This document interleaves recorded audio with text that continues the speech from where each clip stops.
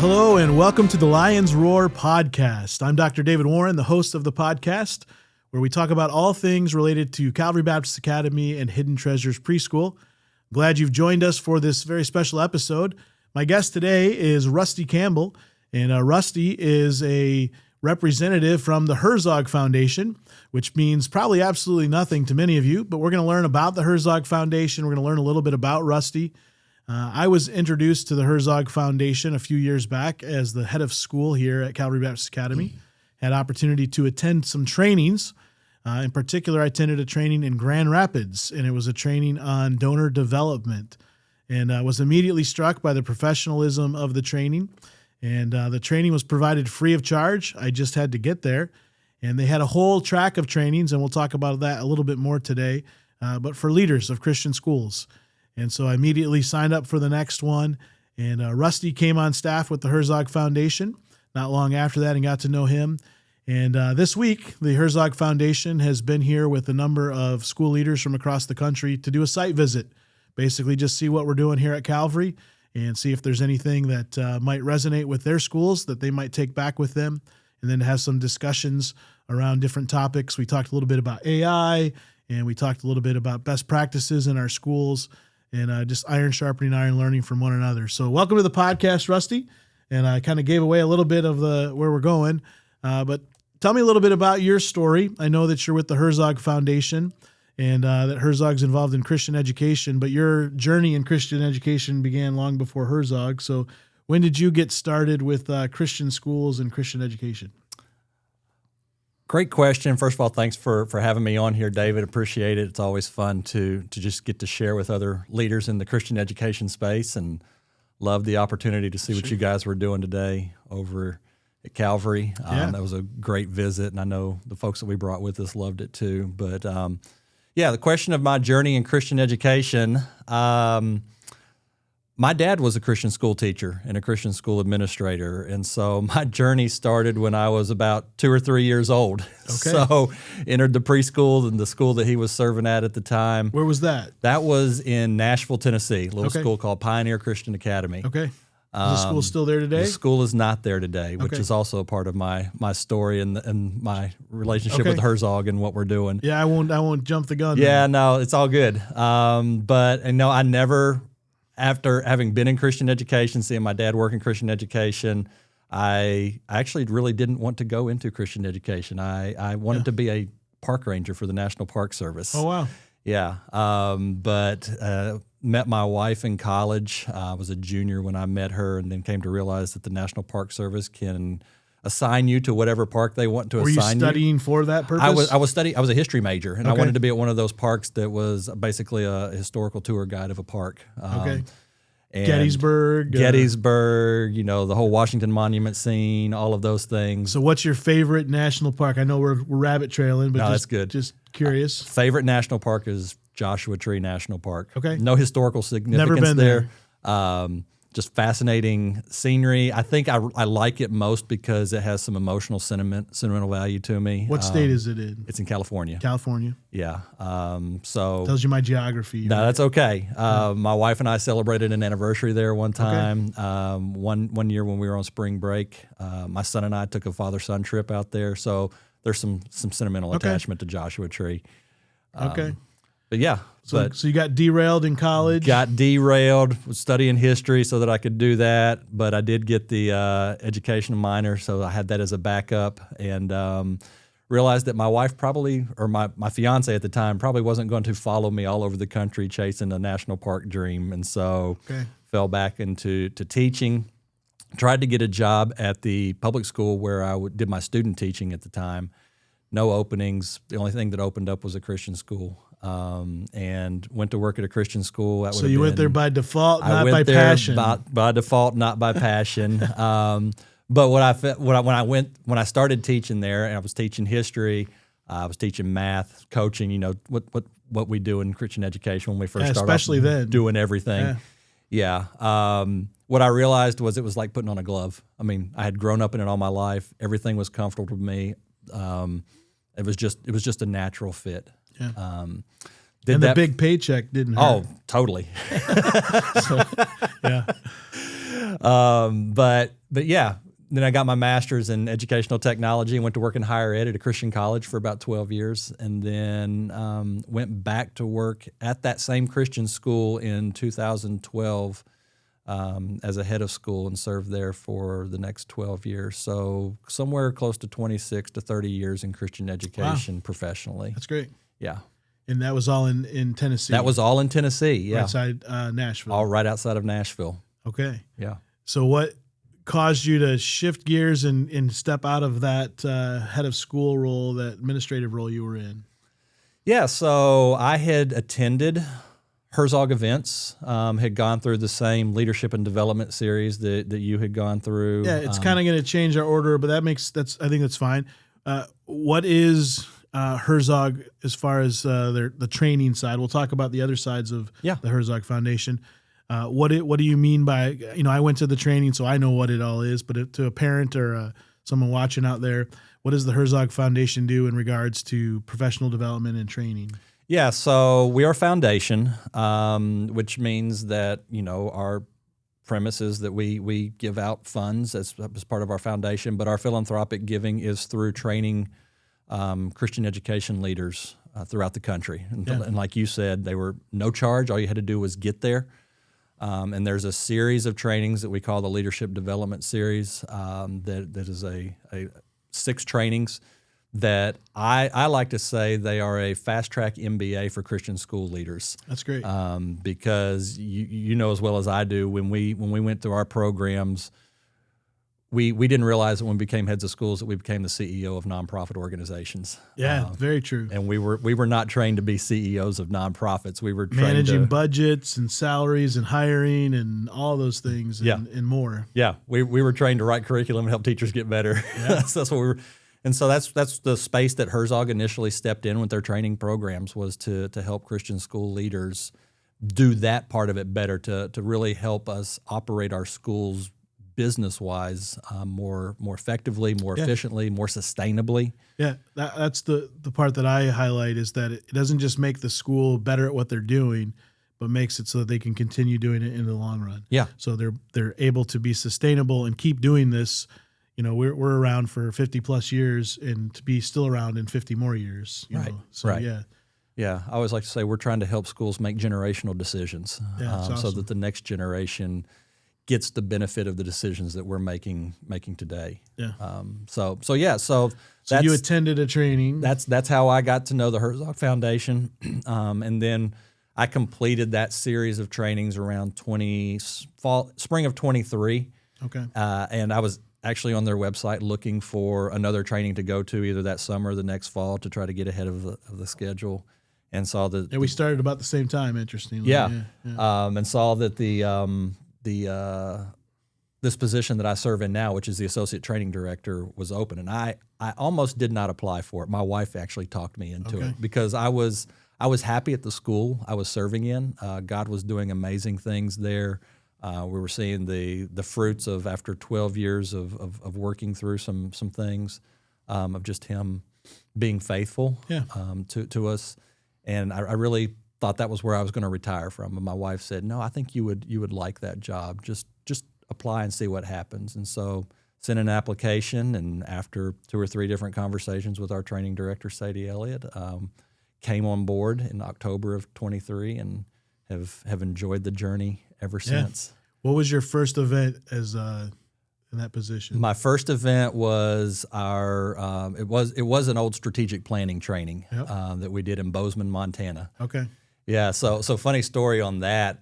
My first day on the job, I was going to meet Sadie in Bozeman, Montana. She was coming from somewhere else because we're always running a training somewhere, so we're just bouncing around. So for folks that don't know, the trainings take place all over the country to try to make it accessible to schools in different parts of the country, even though a lot of people fly in wherever they're coming from. But I've been to trainings in Washington State. I've been in trainings in the Washington, D.C., and all different states in between, Dallas, Nashville, all over the place. So Bozeman, Montana. Bozeman, Montana. I'm ready to get onboarded right before training starts. Sadie's coming in. I reach out to her. She's like, "Yeah, I'm going to have to stay in the hotel room today. She said, I think I'm coming down with something. I think I've got a fever. She said, you just go do whatever you want to. So day one on the job, I drive from Bozeman up to Big Sky, Montana, and hang out for 7 or 8 hours before we started training. Hey, yeah. Commune with nature there. Commune with nature. See God in the handiwork. Absolutely. That's a beautiful place. Yep. So Bozeman was my first one. I wondered because I was at one of your first events, I think, was maybe, if I'm remembering correctly, Washington, D.C.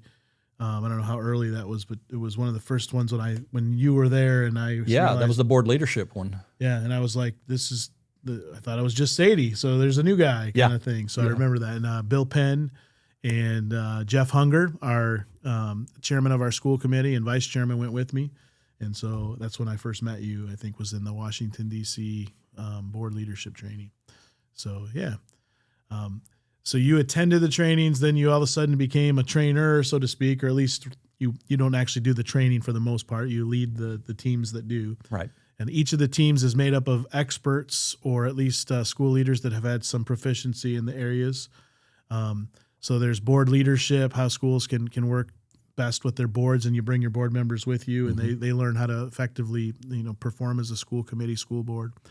And then there's donor development, how to best practices around raising funds for particularly the Christian school setting. Yep. And marketing and enrollment, strategic planning. So all of these are topics that are not just buzzwords in Christian schools, but needs for schools, and they've all been a help to us. Culture, of course. Culture building, employee engagement, spiritual formation. Yeah, all of those are for the leaders of Christian schools, but then there's also a series of trainings for teachers. Right. So tell me a little bit about the teacher trainings. We've had 25 roughly teachers go off to teacher trainings. And then this summer, we have a group of 21 that are going all together for biblical worldview training. Yeah. So we're going to have, by the end of that, because some of them are crossover, but we're going to have 30 to 35 of our teachers that have gone through some training or administrators with the Herzog Foundation. So what's that series about, the professional development for teachers?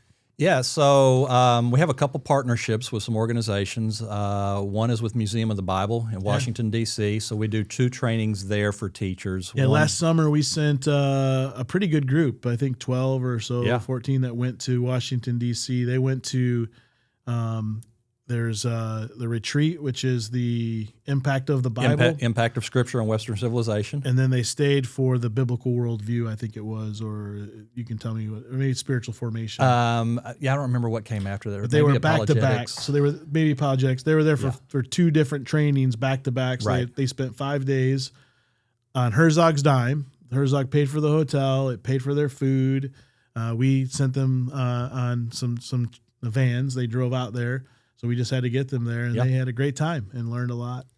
And so tell me about the idea behind those teacher trainings. Yeah. So first of all, we have some goals when we run a training, and one of those goals is that we just want to show value to people who are in Christian education, and so that's why we try to do these trainings in locations like Washington, D.C., sometimes Bozeman, Montana, that are just nice places that a lot of times Christian school leaders just don't have the capacity to get to and be a part of.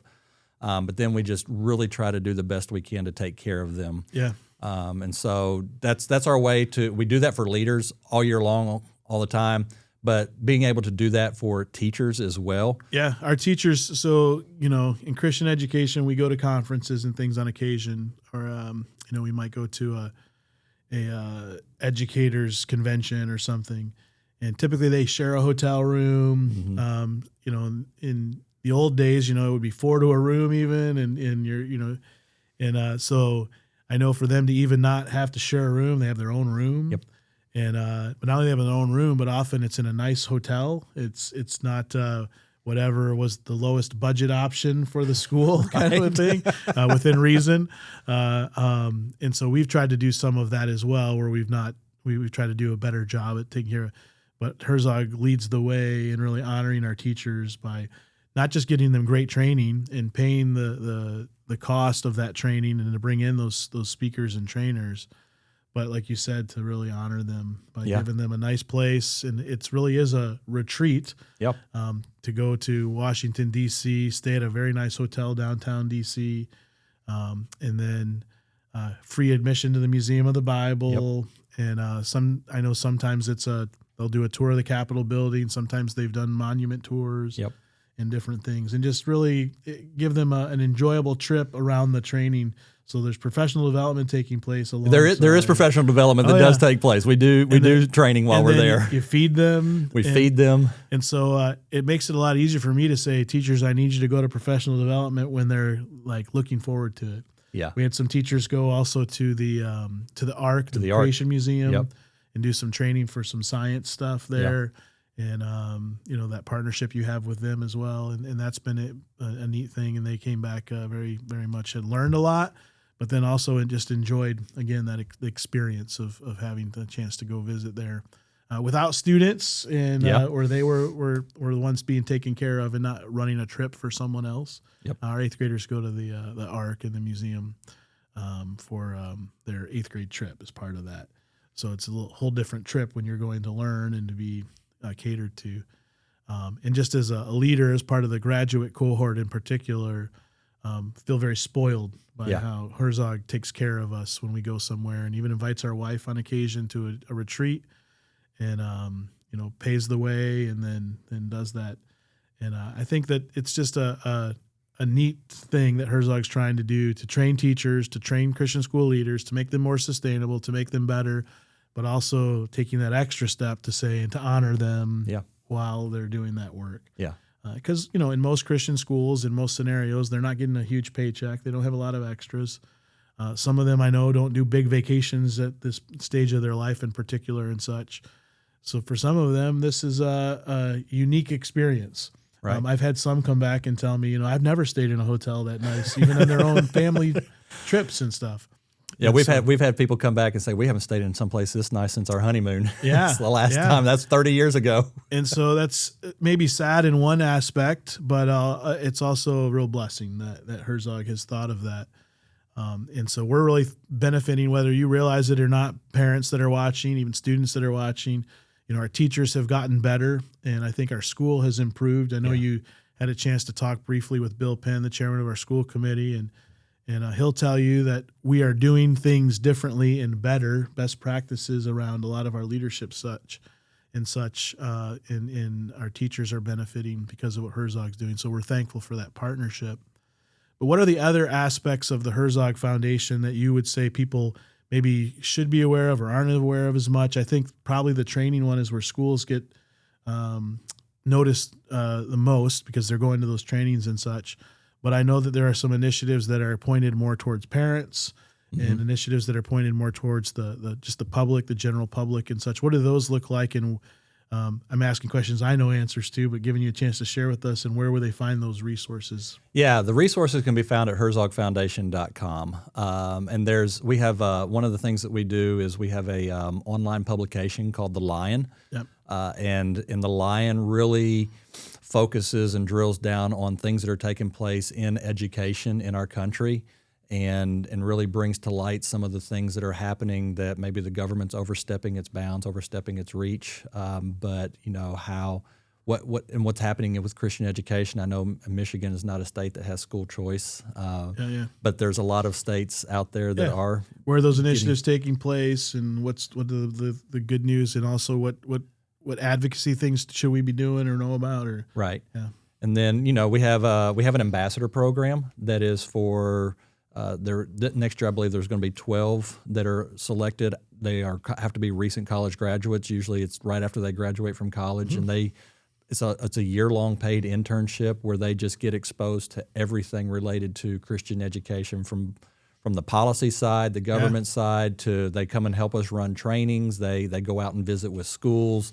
So they just get a good taste of everything related to Christian education. They help run the Faith and Nation. Run the Faith and Nation. So we've sent students for 2 years now. We've sent two students each year. And Faith and Nation is a several-day program where students go, and they're high school students, and they go and talk about current topics and how to engage in the culture around truth around those topics. I know there's been topics like abortion, topics like Marxism and socialism, topics like, I don't know, what's another one that they hit in there?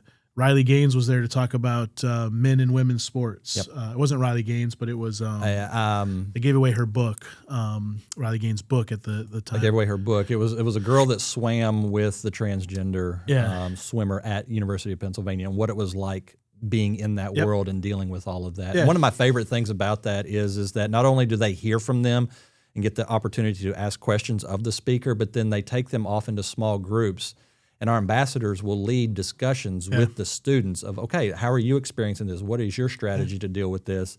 But then also the chaperones or the adult sponsors that go get a chance to, for an hour, to sit down and talk to the speaker as well. So it's just a really neat connection time. Yeah, I took our students the first year. High school principal took them last year, and the students that came back were like super excited and enthused, and said, one of them told me it was the best thing they did their entire high school career. And so that's pretty high praise from a high school kid. That's awesome. So that was cool to hear. And so you do that program. What about the podcast that? There's a podcast network. There's multiple podcasts. Yeah, there's like 12. I can't even keep up with how many podcasts we have out there now, but there's a whole podcast network on a whole variety of different things, from education, for homeschoolers, for teaching in the classroom, Linda Cardamus's podcast, things that are going on culturally, Making the Leap for folks who are in public education or in a career and wanting to move over to Christian education. Or even families that are moving and transitioning. Or even families, from public education to Christian education, and kind of navigating that move and what that looks like, and the differences and such. And then what about as far as the Herzog Foundation? And, when you say Herzog Foundation, most people think of money. Right. So they think a foundation has money. So what does the financial side look like as far as the funds that were given and uses of those and grants and such? Is there an arm of the organization that does that? There is an arm that does a little bit of that. We don't give out a whole lot of grants per se. We always like to say that our grants are represented in the seats of the people who are at our training, and those trainings cost us about $1,500 to $2,000 a person. And we'll average about 70 people on a leadership training. Teacher trainings, can get upwards of 200 people. And so the philosophy is, rather than give money to a school to build a gymnasium, or to add on to their facilities or do those kinds of things, our give back to schools is training so they can improve their school and make their school more sustainable in the long run. So instead of giving a man a fish, we're going to teach a man to fish so that they can eat for a lifetime. And I think it's awesome. I mean, I would love a grant to build a gymnasium, right? In one sense, right? On the selfish side as an individual, but seeing the bigger picture in Christian education across the country, because you can only build so many schools and gymnasiums and the money's gone, where this stretches the money to more schools and seeing more improvement and seeing that long-term impact to the kingdom. Well, and Stan Herzog, who we're named for, he's the man who left the money for the foundation, made his fortune in the rail and transportation industry, the Herzog Corporation, still in business today, located in St. Joseph, Missouri. We're located in Smithville, Missouri, just north of Kansas City. But Stan's vision was that he wanted his dollars to impact Christian education as a movement. And so this is how we're honoring his wishes to impact it as a movement, is by teaching and training schools across the country. He wanted to change the world, and the way to do that is, of course, to change hearts. And he felt like one of the places where hearts were changed the most dramatically was in Christian education and through Christian schools. He had his kids in a Christian school in St. Joe, and was just always amazed at what it did for his family and what it did for his kids. Well, on behalf of our school and our students and families, whether they realize it or not, we're thankful for the Herzog Foundation. We're thankful for your work. We're thankful for Stan. And you were here at our school for a site visit. Tell me a little bit about what those site visits are. I kind of shared my version of it. Yeah. But what are site visits? Why did you come to our school? I know some parents probably thought it was some sort of evaluation or some sort of accreditation visit or that kind of thing? No, this one wasn't an accreditation visit. So what is a site visit with the Herzog Foundation, and what does that look like? Yeah, so like you and myself, folks who go through that series of 6 trainings and that leadership series become part of a graduate cohort. And I got the pen. You got the pen, yeah. and really what that is now it's a select group who have demonstrated their willingness to improve themselves, their willingness to adopt the principles that we teach. And then, of course, you guys have to commit to ongoing professional development to continue to come to our trainings, send folks to our trainings, but also work on a project that's going to improve your school. And so one of the things that we do as part of that cohort is we try to find different schools that are doing different things, and or maybe their leadership has demonstrated an expertise or knowledge in a certain area. Sure. And so I remember as a head of school, the biggest things that impacted my leadership and learning new things wasn't necessarily from a lot of professional development, but it was just going and visiting other schools and seeing how they were doing things, and so many ideas that I got. And so we talked about it and said, wouldn't it be great if at least a couple times a year we could go visit some of our other schools just to learn. And so knowing you for a while, and then through a mutual friend that we have, I don't know if you even remember, but I think it may have been in 2018, 2019, I was looking at doing one-to-one with Chromebooks at our school at Pleasant View Christian. Yeah. And I think I reached out to you because one of our I didn't remember. One of our BJU press reps said, this is the school that's doing it well. Wow. Talk to him.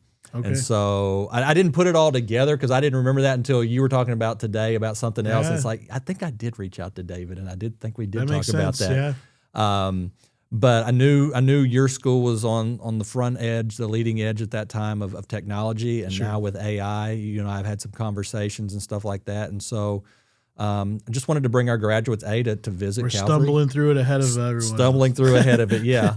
And really, because Herzog, we like to say we're big tent, so we serve a lot of different types of schools, and we're not going to fall into where a school should be with far as particular AI pedagogy and teaching, but how can the leaders use AI to take on some of the workload that they've got that's keeping them from what we got into this business for, which is relationships with students and adults. And at least make sure we're asking the right questions with our teachers, our students, families, and navigating. And so that's why we decided to come this direction. And so what'd you think of the big metropolis of Midland, Michigan? Hey, I love Midland. If the weather was a little bit warmer, I'm from Nashville. You can probably tell by my accent, but for those of you watching, you're going to always watch delayed. But this is the Monday between. So we had the 70-degree post-rain flooding. So we had a pretty nice weekend, and then we have this freezing overnight, and then we go back to, I think, tomorrow. It's supposed to be in the 70s. Of course, I'm leaving tomorrow. So, so it's like, of all days to visit, you're right in the pocket there. But yeah, we've gone to site visits at Dallas, and we've been to a site visit at Little Rock, Arkansas, some little bigger cities. Yeah. So when you said, "Hey, could we come to your school?" I did have a little trepidation. Like, these people know this is not that, and we are who we are. We're proud of our school. We're thankful for what God's done for us, but we're not a big city, not a huge school. And but you had said something that stuck with me. I think you had mentioned that the average school that Herzog works with is less than 200 students. Yeah, and so we're in that reasonable moderate average. We're not that far off. And I think sometimes we see these bigger schools and think we'll never be that, and that's not what God called us to be either. And you shared with us the history of Calvary today, and it was a great reminder, because in the room we had a school that has over 1,500 students, but they started very similar to Calvary. I visited that school. Church Iowa, school. And we had a school in the room that's only 3 or 4 years old. Yeah. And so they're at the front end of this journey. And so just being able to be reminded, you guys have something that has taken this long to build, 50 years to build, but you started at the exact same place that some of these other people are at right now. And so it's just the iron sharpening the iron. faithfulness of God too. Of you continue to be faithful to Him. He continues to be faithful to Calvary. Yeah. And it's doable. You can get there. We've all got the growing pains of things that happen, and so it's great. So let me ask you this: this isn't it could come across though. I hope it doesn't. I'm not asking for like attaboy or pat on the back or that kind of thing. But you visited our school. What was your takeaway? Having visited the school, what would you say were the takeaways for you as far as whether, and you're only there for a day, but you've known the school a little bit here and there through the trainings with our teachers and with getting to know each other. What would you say as an outsider coming to the school are the strengths of the school or the unique things within the culture that you were able to observe in the short little glimpses that you've gotten? Yeah, so I tell people all the time, because I've been on accreditation visits too, and I've visited a lot of schools in my 30 years, and I always tell people that I can walk into a school, and within about 10 minutes, I can really get a feel for what that school is like. And so just being in your school and walking the hallways, we got to walk the hallways for about an hour and a half, 2 hours. You can tell that there's just a joy in the staff of what they're doing. It is life-giving work to them. There is a respect for the leadership team and meeting the leadership team, very qualified, care for students, care for their staff. There's a sense of, we walk through the upper school at around a break time, lunchtime thing, and those can be very chaotic, hectic times. We were there at a class change, but you can always tell what the expectations of students are, even in those times that are less structured times. Kids are kids, but they very respectful. And when you asked them a question, they weren't doing anything crazy. They were just being normal kids doing normal kid things. But they knew what the expectations were, and they knew where the boundaries were, and it's always a pleasure to see them having fun and enjoying being in the educational environment. School can be fun sometimes. And so I think just for the little bit of time that I was there and the things that I saw, and then you see things on the wall. We didn't get to go into too many classrooms, especially in the upper school, because it was testing and some of those Iowa things testing in the elementary. But the rooms that I did see, the things that were on the wall. The worldview was matching up with what was being shared by the leadership and by the teachers, and so everything was congruent as you walk through. You sound like accreditation guy. I know, but it's true, and we weren't coming to. So sometimes, I've been accreditation too, and sometimes you do those things because they're looking for those. Yeah. That wasn't, we're just coming through, just visiting, just trying to learn, and it still matches up. Well, words and deeds match. The thing that was most encouraging in what you shared is that I always tell people when, you're, no matter what your head of school, it comes across sales pitch, but I tell people that the reason we have a great school is not because of our facilities, and we're thankful for them. The reason we have a great school is not because of our curriculum, and our mission statement is to, have a biblical worldview and everything we do, though we have all those things. That the key to our success is our school, that it's not me, it's not my leadership or the leadership team even in general. It's our teachers. Yeah. And it's the people that work there. And so for you to say that you picked up the joy that the people had doing their work and that was picked up on, that says to me that we're going the right direction, because we have great teachers. The reason that our preschool is voted the best preschool in Midland, the reason that our school is as successful as it is because we have great teachers that love kids and want to be there. And so that's good to hear. Outside of our school, the bigger picture around the nation, what do you see going in Christian education? Because one of the things that I enjoy about the cohort and guys coming in and going on these site visits and even getting together with some of the other trainings is you realize that your school's not alone in what they're doing, that you're not that unique, that everyone's struggling with some of the same things. Yep. And it's really for someone, at least in my position, I feel it kind of gives a little sigh of relief that you feel like, we're the only ones, and you feel a lot less isolated. Yeah. And you realize that there's something much bigger going on than just your Christian school and your little town. Yeah. And what are you seeing across the landscape of Christian education that, as we kind of close out, that is encouraging? And where are the battlefields, I guess, that we need to be aware of? Yeah. The thing that's encouraging is the growth of Christian education across the country. Not only in enrollments, because we're seeing most of our schools that we deal with that come to our trainings are saying that they're seeing just a growth of enrollment. Vouchers in particular areas. School choice states, but even non-school choice states, there's still a growth that's happening. And it's initially, there was the thought 22, 23, 24, is the COVID bump going to go away? But we're not seeing that. I think what we're seeing, we're seeing that people got a taste of Christian education and realized this is really good. It's exceeding their expectations, and they want to stay in it. And they are, we talk about in our marketing enrollment training is like the best marketing you can have is word of mouth. Yeah. And they're sharing that with their friends.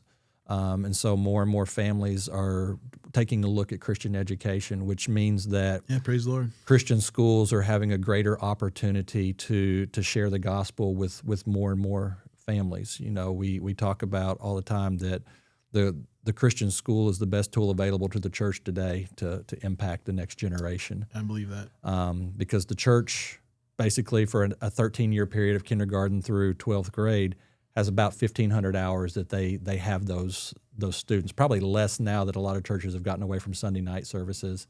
But the Christian school has those same students for that same 13-year period for 16,000 hours. Wow. There's no other ministry in a church that has the person that they're trying to minister to for 16,000 hours in a 13-year period. So, and we have a captive audience. They're stuck with us for 7 hours a day. Yeah, that's true. And so that's encouraging. The other thing that's encouraging is the number of Christian schools that are starting in areas that may not have a Christian school. Yeah.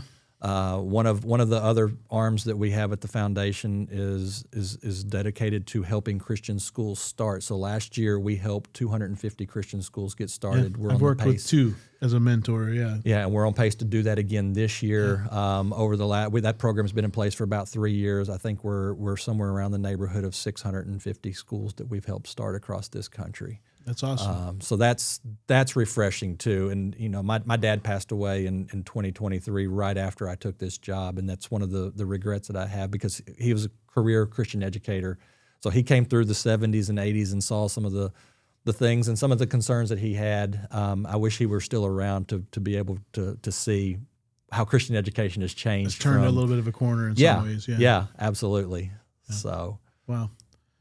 And then, we'll talk some more, but we've shared with our families a little bit about the scholarship opportunity through the Big Beautiful Bill. Yeah. And the opportunity there for families to give.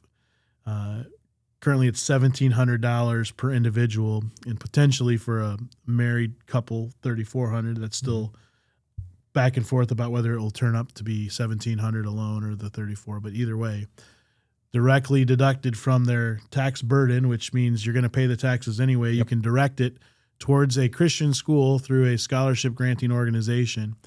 And I know there's plenty of organizations out there. Herzog's involved, and other places we work with, whether it's Renew a Nation, American Association of Christian Schools. These various organizations are setting up these opportunities for people to give to Christian schools.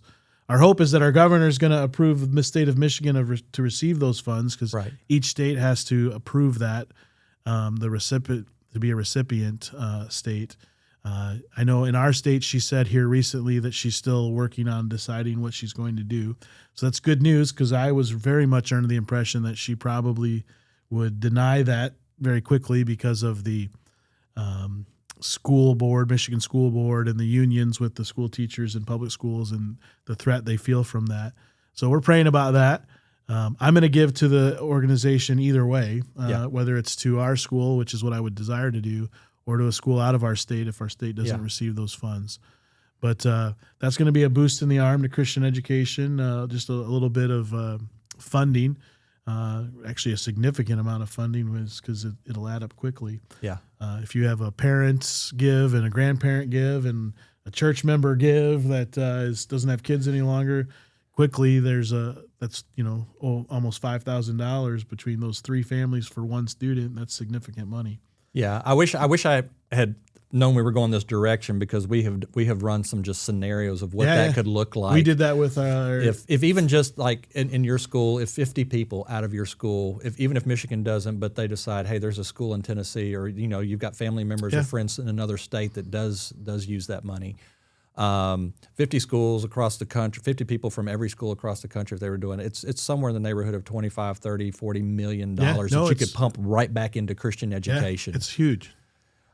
So we're praying about that. And so when you see that information come your way and say contact the governor and contact different legislatures and such, we hope you will. It's a way to help you and your family make our Christian education at Calvary more accessible for more families, including your own. And so that's what we're trying to do. And that's what I think was intended with the bill in the first place. Yeah. But our governor's got to support it. So right. Well, Rusty, thank you so much for the work that Herzog's doing, for the benefit it's been to our school. Thank you for coming and visiting, and looking forward to taking, even though we were the host, learning from the other guys. There's been some encouraging things going on there, and I've got some lifelong friends from Herzog that I didn't have before. Yeah, and they're colleagues and excited about that. And so, if you're a parent or you're someone who's a fan of Calvary Baptist Academy, go on out to herzogfoundation.com, not .org, but .com. Check it out. Check out those podcast resources. Check out the Lions. What's it called? The Lion. Readlion.org is their own website. Okay. READLION. Yeah, and subscribe. Check those tools out. I think they'll be a benefit to you and your family around Christian education. And now when you hear that your teachers going to some training with this Herzog thing, you'll know a little bit more what it's about. When they hear Pastor David's at a Herzog event, you'll understand that it is benefiting our school, and to God be the glory. So thanks again for listening. You've hung around with us for about 40 minutes, and so we're thankful for the partnership with each one of you in each of the different capacities that you play. If you would, I know it sounds all trite, like we're not doing this for monetization or anything, but like and subscribe so you never miss an episode, as well as it makes it something that YouTube thinks more people might want to see, and it might put it in front of some of your friends and folks that are in our same stripe. And so share and make this successful. We want more people to learn about what's going on at Calvary Baptist Academy. So thanks for listening. We'll see you on the next episode of the Lions Roar podcast.